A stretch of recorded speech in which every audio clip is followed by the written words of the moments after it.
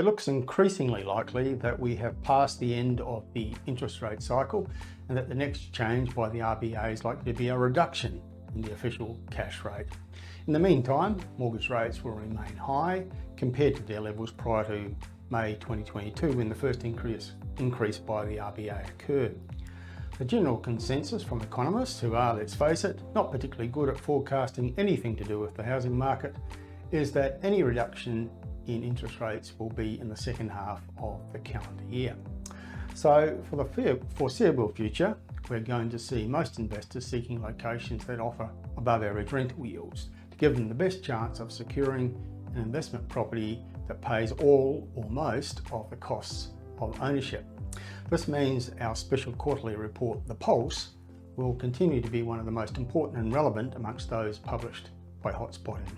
The Pulse identifies 50 locations across Australia with affordable prices and above average rental yields. But importantly, there are also places that have good credentials for capital growth. Now let's face it, Australia has many regional towns with cheaper prices and high rental yields, but very little prospect for price growth.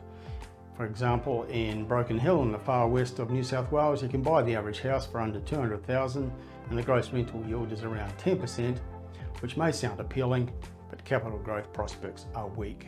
Homes are cheap there for a reason.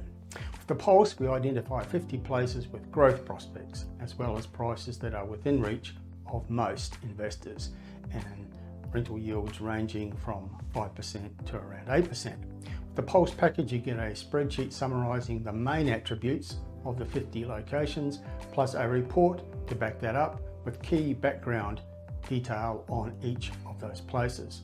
It's a product designed for the times we're in, where growth locations offering better than average rental yields are a key metric sought by many real estate consumers.